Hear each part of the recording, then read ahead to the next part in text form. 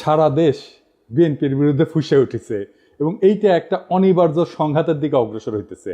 আমি গত পরশু একটা ভিডিওতে দেখাইছিলাম যে টিনের সালে কাউয়া তারিক জিয়া বলে মিছিল, দেখেন আর একবার।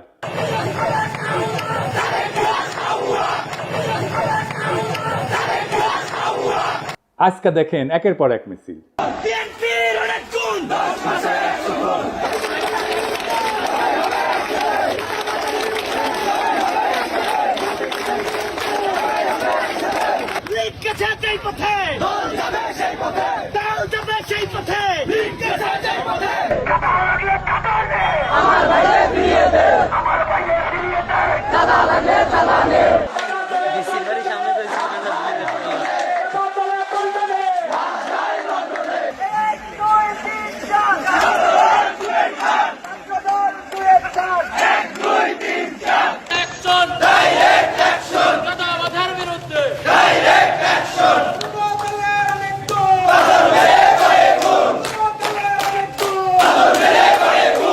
তারেক রহমান বলছেন অন্যায়কারী যেই হোক আমরা প্রশ্রয় দেব না।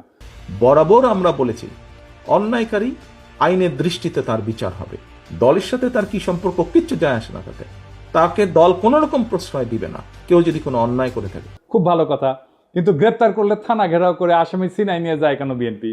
এটার উত্তর তো তারেক রহমানকে দিতে হবে। একটা দুইটা না, শয়ে শয়ে এডিটর সাহেব বিএনপি থানা ঘেরাও কিওয়ার্ড দিয়ে সার্চ দেন তো, দেখেন কত জায়গায় থানা ঘেরাও করে বিএনপি আসামি ছাড়াই নিয়ে যাইতেছে। শুধু কি তাই, বিএনপি নেতারা প্রকাশ্যে বলিছে কাউকে গ্রেপ্তার করতে আমাদের অনুমতি নিতে হবে, নইলে থানা ঘেরাও। মানুষ এদেরকে পুলিশে অ্যারেস্ট করতে হলে আমাদের কাছে অনুমতি নিয়ে করতে হবে। এর বাইরে যদি একটা মানুষকে গ্রেফতার করা হয় আমরা থানা ঘেরাও করব সবাই মিলে। আপনারা মব মব কইরা ফেনা তুলতেছেন, কিন্তু আসল মব তো আপনার দলের লোকেরা তৈরি করতেছে। শোনেন কি অবস্থা। প্রতিদিন আমাদের 30,000 টাকার মতো সে নিতেছে। আমি জেনেছি যেটা যে মালিক সমিতির কাছে তারা 5 কোটি টাকা চাঁদা চেয়েছে। এক যুবদল নেতা যাত্রাবাড়ির নাম ফাহিম, আতর্কিতভাবে কয়েকজন লোক আসলো, আয়সা গাড়ি আতুর দিয়া দামদুম পিড়াইয়া চলে গেল। বাইরে থেকে একটা ইটা মারে, গ্লাস ভাঙে আমাদের শরীরে, বাল বাচ্চাদের শরীরে পড়লে অনেক উইন্ডো জায়গা, এই জন্য আমরা আতঙ্কে যাইতেছি। আমাদের ভোগান্তি হইতেছে, আমরা রোগী নিয়ে যাইতে পারতেছি না, অনেক সমস্যা, এর বিশ্বাস চাই আমরা। একটা মানুষ ফ্যামিলি দোলাই পার নেমে যেতে ওখান থেকে আবার যাত্রাবাড়ি করতে হইব, এটা তাদের ভোগান্তি না।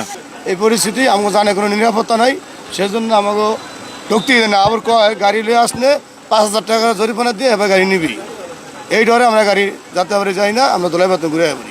দুই রকম কথা বললে তো হবে না। আপনারা তো আইন শৃঙ্খলা পরিস্থিতির অবনতি ঘটাইতেছেন, আপনার দলের লোকজনই ঘটাইতেছে। আপনারাই বলেন মব, আর এটা কি থানা ঘেরাও? এটা মব না। আপনার দলের নিজেদের ভিতরে মারামারিতে গত 6 মাসে 43 জন মারা গেছে। নিজের দলের ভেতরে মারামারি থামাইতে পারেন না, প্রফেসর ইউনূসকে দোষ দেন। আবার দেখেন বিএনপি অফিসে কে বা কারা ককটেল মারছে, এটা অতি জঘন্য কাজ হয়েছে, কিন্তু এর রিয়াকশন দেখেন। কিছুক্ষণ আগে বিএনপির পার্টি অফিসে ককটেল মারছে ওই রাজাকারের বাচ্চারা। এই সরকারকে সাবধান করে দিতেছি, কয়ে দিলাম অতিরিক্ত বাড়াবাড়ি করলে সরকার আমরা বয়সি, সরকার নামাইতে 10 মিনিট সময় লাগবো না। এই কুত্তা মার্কা সরকার নামাইতে আমাদের 10 মিনিট সময় লাগবো না, সাবধান করে দিতেছি। কিন্তু আপনার কর্মীদের মনে আত্মবিশ্বাসকে জাগাইছে যে 10 মিনিটে সরকার ফেলাই দিতে পারবে। হ্যাঁ, এতই হেডম তা হাসিনার চোদনে বাংলাদেশের মানুষ 16 বছর ছিল কেন? এই সরকারকে বিএনপি বসাইছে, তো আপনারাই যদি বসাইছেন তাহলে আপনারা এই সরকারের ব্যর্থতার দায় নেন। বিএনপির কিছু কর্মীদের কথা আর কি বলবো, এরা মনে করে কাউরে গালাগালি করে আসলেই তার রাজনৈতিক কর্তব্য পালন করা হয়। রাজনীতি শিখাইতে পারেন নাই নিজের কর্মীদেরকে, কোনটা রাজনীতি কোনটা রাজনীতি না, রাজনীতি কেমনে করতে হয় সেটাও শিখাইতে পারেন নাই। আমি মাঝে মাঝে কমেন্টগুলো দেখি, আপনাদের দেখাই। এই ভিডিওটা আপনারা দেখেছেন না? তারেক রহমানের বিরুদ্ধে যত রকম অপপ্রচার আছে সেগুলো ডিবাঙ্ক করা হয়েছে, মানে সেগুলোর বিরুদ্ধে বলা হয়েছে এবং সেগুলো দেখানো হয়েছে যে এগুলো অপপ্রচার আমি করেছি। আমি সেখানে এসে বিএনপি কর্মী গালাইতেছে, সে ভিডিওটা দেখেই নাই, থাম্বনেল দেখিছে। ওরে কেউ বলছে বা নিজেই বুঝিছে পিনাকির ভিডিও যা যা বিএনপির বিরুদ্ধে আছে তার নিচে গালাগালি করে আসবে। খবরদার ভিডিও কলে দেখবে না, ভিডিও দেখলে পিনাকি ডলার পাবে। তোমরা ভিডিও দেখলে ওই এত বড় লোক হবি যে হাইগার ডলারে পাশা মুসবি। ওই আইসা থাম্বনেল দেখিছে আর কপি পেস্ট মারিছে। এইগুলোই হইতেছে বিএনপির সমস্যা। এইগুলো চলে হুজুগে, ওই যে হুইনা মুসলমান আছে না, এগুলো হুইনা বিএনপি। আর এদেরকেই বিএনপি কন্ট্রোল করতে পারতেছে না। দেখেন কি বলে বিএনপির নেতা, রাজনৈতিক সংগঠন জামাত শিবিরকে উৎখাত করেই ছাড়বে। সে তার নেতার পক্ষ থেকে দ্ব্যর্থহীনভাবে বলতেছে এই শাহজাদপুর, এই সিরাজগঞ্জের মাটিতে জামাত এবং এনসিপি নেতাদের কবর রচনা করা হবে। শুনেন।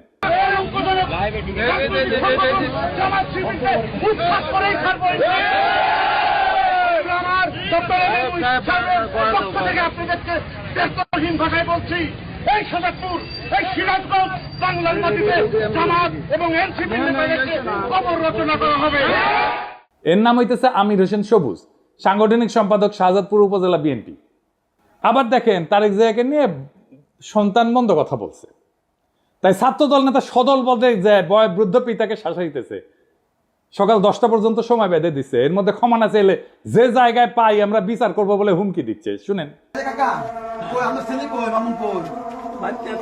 বাড়িতে থাকে না, আপনার মাস্টার মানুষ, আপনারা সম্পূর্ণ শ্রদ্ধা দিয়ে কইতেছি। হ্যাঁ, এই যে আপনার মাস্টার, আপনি মাস্টার, আপনার ছেলে তারেক রহমানের গালিগালাজ করে, তারেক রহমানের এই ছেলে। এটা কাকা আমি আপনারা বললাম 1980 সালে বিএনপি করেন। আচ্ছা কাকা, আপনি 80 সালে বিএনপি করেন, আমার বাবা আমলি করতো, সমস্যা নাই।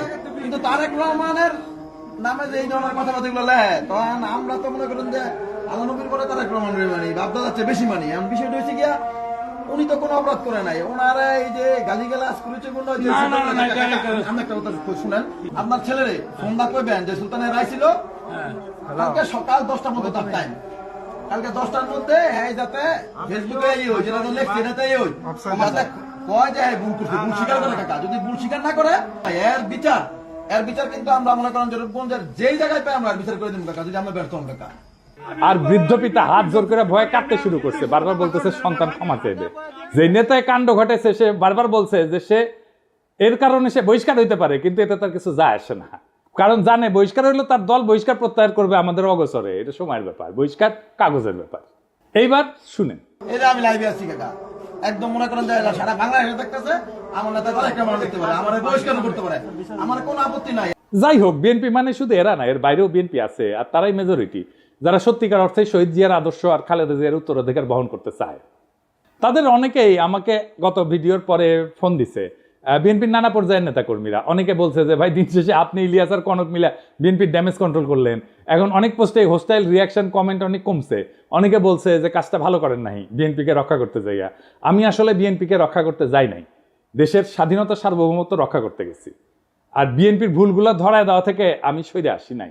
এখন কইবেন বিএনপিকে রক্ষা করলে বাংলাদেশের স্বাধীনতা সার্বভৌমত্ব, দেশের স্বাধীনতা সার্বভৌমত্ব কেমনে রক্ষা হয়?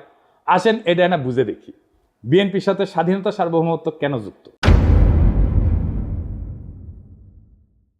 একটা আধুনিক রাষ্ট্রের স্বাধীনতা সার্বভৌমত্ব কেবলমাত্র তার ভূখণ্ড বা আন্তর্জাতিক স্বীকৃতির উপর নির্ভর করে না, বরং সেটা গঠিত হয়, তৈরি করতে হয় রাষ্ট্রের জনগণ, প্রতিষ্ঠান এবং রাজনৈতিক পরিকাঠামোর সমন্বয়। তিনটে জিনিস: জনগণ, প্রতিষ্ঠান এবং রাজনৈতিক পরিকাঠামোর সমন্বয়। এই কাঠামোর কেন্দ্রে অবস্থান করে রাজনৈতিক দলগুলো। রাজনৈতিক দল কেবল রাষ্ট্র ক্ষমতার প্রতিযোগী না, তারা রাষ্ট্রীয় কর্তৃত্বের সামাজিক অনুমোদনের ধারক, জন অভিপ্রায় প্রকাশের মাধ্যম এবং রাজনৈতিক স্থিতিশীলতার একটা মৌলিক স্তম্ভ। যখন একটা দেশের রাজনৈতিক দলসমূহ ধ্বংস হইয়া যায় বা তাদের কার্যকারিতা ভেঙে পড়ে, তখন সেই রাষ্ট্রের আন্তঃপ্রাতিষ্ঠানিক ভারসাম্য, জনভিত্তিক শাসন এবং কূটনৈতিক অবস্থান দুর্বল হয়ে যায়, যা সরাসরি স্বাধীনতা সার্বভৌমত্বের উপরে আঘাত আনে। কি জটিল লাগতেছে? আরো পরিষ্কার করে বুঝে দেখবো, আসেন বুঝে দেখি। রাজনৈতিক দল কিভাবে গণ অনুমোদনের একটা সাংগঠনিক রূপ। রাজনৈতিক দলগুলো একটা দেশের জনমতের প্রাতিষ্ঠানিক কণ্ঠ। দলীয় রাজনীতির মাধ্যমেই জনগণ রাষ্ট্র ক্ষমতায় অংশ নেয়। দল ধ্বংস হইলে বা নিষ্ক্রিয় হইলে রাষ্ট্রে জনসমর্থনের ভিত্তি দুর্বল হয়ে পড়ে, ফলে শাসন এবং সার্বভৌম কর্তৃত্বের বৈধতা প্রশ্নবিদ্ধ হয়। রাজনৈতিক দলগুলোর মাধ্যমে তৈরি হয় নীতি নির্ধারণের ধারাবাহিকতা এবং বিকল্প। স্বাধীনতা এবং সার্বভৌমত্ব রক্ষা করে দুইটা জিনিস: কূটনীতি আর নিরাপত্তা নীতি। এটার ধারাবাহিকতা এবং বিকল্প চিন্তা রাজনৈতিক দলগুলোর মধ্যে বিকশিত হয়। দলের অনুপস্থিতিতে এক কেন্দ্রিক নীতি নির্ধারণ শুরু হয়। যেই নীতিতে পাবলিক সাপোর্ট নাই সেই নীতি দীর্ঘমেয়াদে টেকে না। এই এক কেন্দ্রিক নীতি নির্ধারণটা কেমন একটু দেখিয়ে আসেন। আমি একটা এক্সাম্পল দিয়ে বুঝি। ভারত বাংলাদেশের রাজনৈতিক এবং অর্থনৈতিক স্বার্থ এক, এটাই ছিল হাসিনার কূটনৈতিক স্ট্যান্ড। এটা এক কেন্দ্রিক নীতি। ওই যে আলগা মোমেন বলছিল না, ভারতের উন্নয়ন আমাদের উন্নয়ন, ভারতের বিজয় মানে আমাদের বিজয়। শুনেন, আমাদের বিজয় ভারতের বিজয়, বুঝছেন? আমাদের উন্নয়ন ভারতের উন্নয়ন, ভারতের উন্নয়ন আমাদের উন্নয়ন। এই কূটনৈতিক স্ট্যান্ড তো টিকে নাই। এটা হইতেছে এক কেন্দ্রিক নীতি নির্ধারণ। আমাদের সব সম্পর্ক সব নতুন করে করতে হইতেছে না, আগে ইন্ডিয়ার মাধ্যমে হাসিনা রাজনৈতিক সম্পর্ক তৈরি করতে, এবং এই কারণে আমাদের প্রতিষ্ঠানগুলো দুর্বল হয়েছে, আমাদের ব্যুরোক্রেসি দুর্বল হয়েছে, আমাদের কূটনীতি দুর্বল হয়েছে, আমাদের ডিপ্লোমেসি দুর্বল হয়েছে। রাজনীতি প্রাতিষ্ঠানিক ভারসাম্য রক্ষায় কি ভূমিকা রাখে? সুস্থ রাজনৈতিক দলগুলা নির্বাহী, আইন প্রণয়ন এবং বিচার বিভাগের ভারসাম্য রক্ষায় সহায়ক হয়। দলগুলোর অনুপস্থিতিতে রাষ্ট্রযন্ত্রের অঙ্গগুলোর মধ্যে ক্ষমতার ভারসাম্য নষ্ট হয়। এর জন্যই কর্তৃত্ববাদী প্রবণতা তৈরি হয়, যেমন যেটা হয়েছিল হাসিনার আমলে, এবং এর ফলে বৈদেশিক হস্তক্ষেপের পথ উন্মুক্ত করে। আমি কয়েকটা প্র্যাকটিক্যাল উদাহরণ দিয়ে বুঝাই দিতেছি।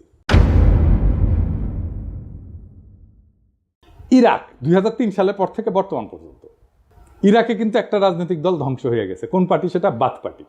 এটা পতনের পর যে রাজনৈতিক শূন্যতা তৈরি হয়েছে, পশ্চিমা শক্তি নির্বাচন ব্যবস্থা চাপাই দিল, নিরাপত্তাহীনতা এবং জাতিগত বিভাজন রাষ্ট্রের ভিতরে সার্বভৌমত্ব কর্তৃত্বকে দুর্বল করে দিচ্ছে, আর রাষ্ট্র হিসেবে দাঁড়াইতে পারতেছে না ইরাক। জাস্ট বাথ পার্টি নাই জন্য, যত খারাপ পার্টি হোক। লিবিয়া গাদ্দাফি শাসনের পরে যে রাজনৈতিক শূন্যতা তৈরি হয়েছে, গাদ্দাফির যে পলিটিক্স ছিল সেই পলিটিক্সটাকে পূরণ করতে পারে নাই। তাই দেশটাতে মিলেশিয়া, বিদেশি হস্তক্ষেপ প্রধান নিয়ন্ত্রক শক্তি হয়ে উঠছে। রাষ্ট্রের সার্বভৌমত্ব আজও পুনঃপ্রতিষ্ঠিত হয়নি। আবার দেখে আফগানিস্তানে মার্কিন দখলদারির সময় তারা তো সাহায্য দিয়েছে প্রচুর, নানা ধরনের কনসালটেন্সি দিয়েছে, মেলা মানুষকে শাসন ক্ষমতায় বসাইছে, নানা শক্তিকে ক্ষমতায় বসাইছে, কিন্তু দেশটা শান্ত হয় নাই, দেশে প্রগতিও হয় নাই, কারণ রাজনৈতিক শূন্যতা ছিল। রাজনৈতিক শূন্যতা থাকলে সেই দেশ যে আগায় না, তালেবান পূর্ব আফগানিস্তান তার প্রমাণ। এখন আগাইতেছে না, এখন আগাইতেছে। কেন আগাইতেছে? কারণ এখানে পলিটিক্যাল ভ্যাকুয়ামটা নাই, আর পূরণ হয়ে গেছে। এটা নিয়ে একাডেমিক অনেক আলাপ আছে, আসেন সেই আলাপগুলো একটু এক এক করে দেখি। গামসির একটা হেজিমনির ধারণা আছে, আমি অনেকগুলো এপিসোডে এটা বলছি। মানে দলগুলা জনগণের মত এবং রাষ্ট্রীয় শক্তির মাঝে সাংস্কৃতিক এবং রাজনৈতিক সেতু বন্ধন তৈরি করে। দল ধ্বংস হইলে এই হেজিমনিক বা কর্তৃত্বের যে ব্লক, এটা ভেঙে পড়ে। ফলে বিদেশি শক্তি এবং স্থানীয় সুবিধাভোগীরা নতুন করে ক্ষমতা নির্মাণে নেমে পড়ে, যেটা হয়েছে আজকে। হান্না আরেন্ডের পাওয়ার ভার্সেস ভায়োলেন্স বলে একটা তত্ত্ব আছে। ওখানে উনি বলছেন যে রাজনৈতিক দলের অনুপস্থিতিতে রাষ্ট্র জন্ম নেয় সহিংসতা নির্ভর প্রশাসনিক ব্যবস্থা, যার উপরে জনগণের কোনো কর্তৃত্ব থাকে না। এতে সার্বভৌমত্ব কেবল প্রতীকী থাকে, কার্যকর থাকে না। আর একজন দার্শনিক আছে ম্যাক্স ভেবার, এটা ওয়েবার বলে অনেকে, এটা উচ্চারণ আসলে ভেবার। তার একটা লেজিটিমেসি এবং অথরিটি বা কর্তৃত্বের বৈধতার তত্ত্ব আছে। উনি বলছিলেন যে একটা রাষ্ট্র কেন চলতে পারে, কেন মানুষ শাসকের কথা মেনে চলে, সেটা বোঝার জন্য আমাদের দেখতে হবে কর্তৃত্বের বৈধতা কোথায় থেকে আসে। উনি বলছেন যে 3 ধরনের শাসন থেকে কর্তৃত্বের বৈধতা আসে। একটা হচ্ছে ন্যাশনাল লিগ্যাল অথরিটি, বৈধ বা আইন ভিত্তিক কর্তৃত্ব, মানে যখন শাসকেরা নিয়ম করে নির্বাচিত হয়, সংবিধান আইন প্রতিষ্ঠা করে, প্রণয়ন করে, প্রতিষ্ঠানের মাধ্যমে রাষ্ট্র চলে। এই রাজনৈতিক দলগুলো এই ধরনের কর্তৃত্বের মূল মাধ্যম, কারণ দল নিয়ে নিয়ম মেনে প্রতিযোগিতা করে ক্ষমতায় আসা যায়। 2 নম্বর হইতেছে ক্যারিসমেটিক অথরিটি বা ব্যক্তিগত আকর্ষণে চালিত শাসন। কেউ হয়তো অত্যন্ত জনপ্রিয়, আবেগী বক্তা বা যুদ্ধনেতা, তাকে মানুষ অনুসরণ করে, তিনি নিয়ম বা আইনের চেয়েও ব্যক্তিত্ব দিয়ে রাষ্ট্র চালান। যেমন হইতেছে হিটলার, মোদি, গাদ্দাফি, এমনকি হাসিনাও, মুজিবও, মানে সোহরাওয়ার্দীর বডিগার্ড। 3 নাম্বার ট্র্যাডিশনাল অথরিটি বা ঐতিহ্যগত কর্তৃত্ব, মানে আমাদের পূর্বপুরুষরা মানত, ওরাই সবসময় চালায়, আমিও মানি, এই ধরনের আর কি। এটা রাজতন্ত্রে চলে, জমিদারি সামন্তবাদী শাসনে চলে। তাই ম্যাক্স ভেবার বলছে যখন রাজনৈতিক দল থাকে তখন রেশনাল লিগ্যাল কাঠামোতে চলে, নিয়ম আইনে প্রক্রিয়া। কিন্তু দল ভেঙে গেলে সেই জায়গাটা ব্যক্তির মোহ বা ক্যারিশমা অথবা ঐতিহ্যের দাবিদারি, যে ট্র্যাডিশনাল পাওয়ার, এটা নিয়ে নেয়। এতে শাসন অস্থিতিশীল হয়ে পড়ে, কারণ ব্যক্তি যদি মরে যায় বা জনপ্রিয়তা হারায় তখন শাসনের ভিত্তিও ভেঙে পড়ে। শাতাল মুফ ওনার নাম, আসলে এটা ওনার একটা তত্ত্ব আছে অ্যাগনস্টিক ডেমোক্রেসি। উনি আমার খুব প্রিয় চিন্তক। ওনার নাম আমাদের দেশে কত পরিচিত না, আসেন আগে দেখি উনি কে। শাতাল মুফ একজন প্রভাবশালী বেলজিয়ান রাজনৈতিক তাত্ত্বিক, যিনি মূলত গণতন্ত্র, রাজনৈতিক দ্বন্দ্ব এবং হেজিমনি, মানে যেটা গ্রামসির তত্ত্ব, আগে প্রথমে বলছি কর্তৃত্ব, রাজনৈতিক কর্তৃত্ব, এই বিষয়ক চিন্তার জন্য খ্যাত। তিনি আধুনিক র্যাডিক্যাল গণতন্ত্রের অন্যতম প্রবক্তা। তার কাজের মূল বিষয়বস্তুর একটা হইতেছে অ্যাগনস্টিক প্লুরালিজম বা বিরুদ্ধতাপূর্ণ বহুত্ববাদ। তো শাতাল মুফ মনে করে যে গণতন্ত্র মানে মতভেদের অবসান না, কিন্তু বরং গঠনমূলক দ্বন্দ্বের স্বীকৃতি। দেখেন বিএনপির মধ্যে মনে করে যে আমি যদি সমালোচনা করি আমি শত্রু, মানে তার সমালোচনা করাই যাবে না, সমালোচনা করলেই শত্রু, এবং ওইটা না করলেই ঐক্য নাই। এই গণতন্ত্রই বোঝে না, ডেমোক্রেসির আধুনিক ধারণাগুলো এদের মাথার মধ্যে নাই একেবারে। রাজনীতি মানে ঐক্য না, বিরোধ রাজনীতি। আমরা একে অপরকে শত্রু হিসেবে না দেখে বিরোধী বা অ্যাডভার্সারি হিসেবে মানলে গণতন্ত্র টিকে থাকে। ওনার একটা ধারণা আছে লেফট পপুলিজম বলে, তিনি যুক্তি দেন যে ডানপন্থী পপুলিজমের মোকাবেলায় বাম ঘেঁষা পপুলিজমের দরকার আছে, যেখানে জনগণের আবেগ, পরিচয় এবং প্রতিবাদ সংগঠিত হবে প্রগতিশীল রাজনৈতিক লক্ষ্য নিয়ে। তো ওই যে সাতালমুখ বলতেছে যে গণতন্ত্র মানে সবাই একমত তা না, সবাই মিলে ঐক্য তা না, বরং গণতন্ত্র মানে হচ্ছে নিয়ন্ত্রিত নিয়মতান্ত্রিক মতবিরোধ এবং বিরোধিতা এসে থাকবে, তবুও সবাই খেলবে একই নিয়মে। মতবিরোধের ক্ষেত্র তৈরি করে রাজনৈতিক দলগুলো একদল বলবে বাজার অর্থনীতি দরকার, আরেক দল বলবে সমাজতন্ত্র দরকার, আরেক দল বলবে ইসলামী অর্থনীতি দরকার, একদল বলবে আমার খেলাফত দরকার, একদল বলবে কর বাড়াও, আরেক দল বলবে কর কমাও। এই যে প্রতিযোগিতা এবং মতানৈক্য, এটার নামই হচ্ছে অ্যাগনিজম, মানে স্বীকৃত দ্বন্দ্ব। এতে জনগণের ইচ্ছা প্রকাশ পায়, নীতি পরীক্ষা হয়, ভুল ধরা পড়ে, বিকল্প ভাবনা আসে। কিন্তু দল ভেঙে গেলে কি হয়? আর কেউ প্রশ্ন তোলে না, আর কেউ বিকল্প দেয় না, শুধু এক শাসক বা এক গোষ্ঠীর মতেই দেশ চলে। এটাকে বলা হয় ওয়ান কালার অথরিটারিজম বা এক রঙের এক চিন্তার একচ্ছত্র শাসন। তখন রাষ্ট্র আর গণতান্ত্রিক থাকে না, হয়ে ওঠে এক পেশে আদেশের কারখানা। তাই রাজনৈতিক দল ধ্বংস হওয়া মানে কেবল একটা সংস্থা বিলুপ্ত হওয়া না, এটা রাষ্ট্রের গণতান্ত্রিক কাঠামোর অন্তঃসার শূন্য হয়ে যাওয়া, জনগণের প্রতিনিধির কণ্ঠ নিঃশেষ হয়ে যাওয়া এবং রাষ্ট্রীয় পরিসরে শূন্যতার সৃষ্টি হওয়া, যা বিদেশি শক্তি স্থানীয় শোষক শ্রেণীর হাতে রাষ্ট্রীয় নিয়ন্ত্রণের রাস্তা উন্মুক্ত করে দেয়। তাই স্বাধীনতা সার্বভৌমত্ব রক্ষায় রাজনৈতিক দলের বহুত্ব, কার্যকারিতা এবং গণভিত্তি অপরিহার্য। এবার প্রশ্ন উঠতে পারে, বিএনপি কি দায় নাই এই ধরনের ঘটনা ঘটায়? অবশ্যই আছে। বিএনপি বলতেছে তার দলের এই বেপরোয়া লোকদের ঠেকানোর জন্য রাষ্ট্র ক্ষমতায় যাওয়া দরকার। অদ্ভুত কথা, এই তত্ত্ব দিতেছে বিএনপির লোকেরা। বিএনপি কিন্তু এই কাজ করতে গিয়ে জন্ম দিছিল র্যাব, নিজের দলের গুন্ডাদের সামলাইতে পারতেছিল না, তাই র্যাব বানাইছিল। বিএনপির এইসব সোকল্ড ইন্টেলেকচুয়াল ইনফ্লুয়েন্সারদের সাথে কথা বলতে যাওয়াটাও একটা যন্ত্রণা। খোদা তাআলা আমরা এমনই কপাল দিচ্ছে যে নিরেট মূর্খ প্রফেশনালি আনসাকসেসফুল লোকগুলার রেফারেন্স দিতে হয়, একেবারে মূর্খ, কিছু জানে না। ইলিয়াস আমার উপরে খুব খেপা, এই জন্যে খুব চেতিছে। ইলিয়াস কয়, দাদা আপনি এইগুলারে কেন মেনশন দেন? ওদের জীবনের সবচেয়ে বড় পাওয়া পায়ে গেছে, কিন্তু এইগুলো গুরুত্বপূর্ণ, কারণ এরা যে কি মাল সেটা বিএনপির কর্মীদের বোঝা দরকার। তো কারণ বিএনপির কর্মীরা তো ওদের দিকে তাকায় থাকে, ওরা কি লেখে দেখে এবং সেটা অনুযায়ী কাজ করে। তো বিএনপির কর্মীরা বুঝবে না যে সে কাকে ফলো করতেছে, তাকে কে ইনফ্লুয়েন্স করতেছে, সেটা দেখবে না, দেখার দরকার আছে তো ইলিয়াস। তাও আসেন আমি বিএনপি ওয়ালাদের দেখাই, দেখানো দরকার। এটা আমি এইভাবে সব কয়টার বিএনপির অনলাইন কুতুবদের দেখাবো। একটা মানুষ দুনিয়ার জন্য কতটা ইউজফুল এটা বোঝার জন্য আপনি দেখবেন তারে কেউ রিক্রুট করছে কিনা, তাকে কেউ চাকরি দিছে কিনা, তারে কেউ বেতন দিয়া পালে কিনা, সে কি কাজ করে, কি কাজ করে খায়, পেট চালায় কি করে, তার সাথে প্রফেশনালি কে কানেক্টেড, এটা পাবেন আপনি লিঙ্কডইনে। আমি নিজেও একটা ঠাপ খায় এটা শিখেছি। কলে আমার কাছে দাবি করেছিল একজন পিএইচডি আর ইউনিভার্সিটির টিচার, তো ওই লিঙ্কডইনে গেলে কলে আমি বুঝবার পারলাম যে ওই ক্যাঙ্কা পিএইচডি আর ক্যাঙ্কা ইউনিভার্সিটির টিচার। তো বিএনপির এই অনলাইন কুতুব লোকে বলে বিরিয়ানি আলম, কারণ বিরিয়ানির দোকান থেকে টেকা নেয়, সে দাবি করে সে মার্কেটিং করে দিছে তাই টেকা নিছে, ফেয়ার এনাফ। কিন্তু কামটা করে কি, যে এটা কি কোথায় রিক্রুট করে, ওটা উটি আছে, হ্যাঁ, একটা কনস্ট্রাকশন সার্ভিস দেয়, এরকম কোম্পানিতে কাজ করে। কি কনস্ট্রাকশন সার্ভিস দেয় সেটা হইতেছে সেই কোম্পানির নির্মাণ সামগ্রী পরীক্ষা করে, যেমন কংক্রিট, অ্যাসফল্ট, মাটি, এগুলো গুণগত মান নিশ্চিত করে। আর কি, এই অগ্রগতি পর্যালোচনা করে, প্রজেক্টের অগ্রগতি পর্যালোচনা করে, নির্মাণের বিভিন্ন পর্যায়ের নিরাপত্তার দিক যেমন কোড ফলো করতেছে কিনা, এগুলো খুঁটিনাটি পরীক্ষা করে দেখে। তো এই কোম্পানির ব্র্যান্ড মার্কেটিং কনসালটেন্ট নিজেই দাবি করেছে যে ওই ব্র্যান্ড মার্কেটিং কি বুঝে, বানান করতে পারবে, ঢাকা ইউনিভার্সিটির সাংবাদিকতায় পড়ে মার্কেটিং শিখে গেছে, বাবা বড় তালে বড় এসে গেছে। আচ্ছা কাজ করে কি, ওই লিখিছে ও ফটো তুলে ভিডিও বানায়, উরে বাবা কোম্পানির প্রোগ্রামে, এটা হইতেছে ওর কাজ। কোম্পানির ওয়েবসাইট তৈরি করেছে, লোক পাই নাই, ওরা দিয়ে তৈরি করাইছে। কোম্পানির আইটি সাপোর্ট দেয়, অ্যাডমিন সাপোর্ট দেয়, জিমেল সুইট দেয়া মেল ম্যানেজমেন্ট করে। এর মধ্যে ব্র্যান্ড মার্কেটিং কোনটা বলেন তো? আপনারা তো মার্কেটিংয়ে অনেকেই পড়াশোনা করেছেন, বলেন তো কোনটা? আচ্ছা, সবচেয়ে বড় কাজ যেটা করে সেটাই কিন্তু কই নাই, গুগল ড্রাইভে কোম্পানির গুরুত্বপূর্ণ ফাইল আপ করে। আজকের তরুণ ওরে আপনি বস মানবেন? আমার ভিডিওতে অনেক মার্কেটিং ডিরেক্টর, সিইও, কোম্পানির মালিক দেখেন, আপনি ওরা রিক্রুট করবেন মার্কেটিংয়ে, জুনিয়র পজিশনে রিক্রুট করবেন না তো। আমার জীবনে একটাই বিষয় ছিল, হ্যাজাকের ল্যান্টার্ন কেমনে জ্বলে, কারণ পুরা যায় তো, তারপরে কেমনে জ্বলে। এই বিরিয়ানি আলমরা দেখার পরে আমার বিষয়, বিরিয়ানি আলমরা কে বেতন দেয় এই কাম করার জন্য? এই লোক বিএনপির অনলাইন কুতুব, অনলাইন ইনফ্লুয়েন্সার। এর বিএনপি কর্মীরা দেখে, তারপর যা বলে উগড়ায় দেয় নানা জায়গায়। তো এই বিএনপি গাড্ডায় পড়বে না তো পাশে বাড়ির মোকলেস পড়বে। বিএনপি মনে করেছে যে সবকিছু আগের মতো থাকবে, শুধু যায় রাষ্ট্র ক্ষমতায় বসবে, তারা ধপাস করিয়া ক্ষমতায় বসে রাষ্ট্রযন্ত্র দিয়ে গুন্ডামি থামাবে আর সবকিছু ঠিক থাকবে। পুরা ফ্যাসিস্ট কাঠামো ঠিক থাকবে, শুধু ক্ষমতায় থাকা লোকগুলা বদলাবে। তাইলে তো তাকে আওয়ামী লীগ হয়ে দেশ চালাইতে হবে। পুরা রাষ্ট্র কেমনে চলবে এটা তো হাসিনার ইন্ডিয়া বসে ঠিক করেছে, সেভাবে বানাইছে সবকিছু। সেটা ঠিক রেখা বিএনপি তার মতো দেশ চালাইতে পারবে না? পারবে না। বিএনপিকে এই রাষ্ট্রকে র্যাডিক্যালি বদলানোর চিন্তা করতে হবে। এই বিএনপির 31 দফা অতি দুর্বল রাজনৈতিক কর্মসূচি। আমি শুধু কয়েকটা দেখাইছি, পুরাটা ইচ্ছা করে মায়া করে দেখাই নাই। উচ্চ কক্ষ নিয়ে দেখাইছি না? এত দুর্বল, আপনাদের চিন্তাই ঠিক নাই। আপনাদের রাষ্ট্র নিয়ে সিরিয়াস কোনো চিন্তা নাই। আপনার ক্রিটিসিজম ইন্টেলেকচুয়ালি ডিফেন্ড করতে পারেন না।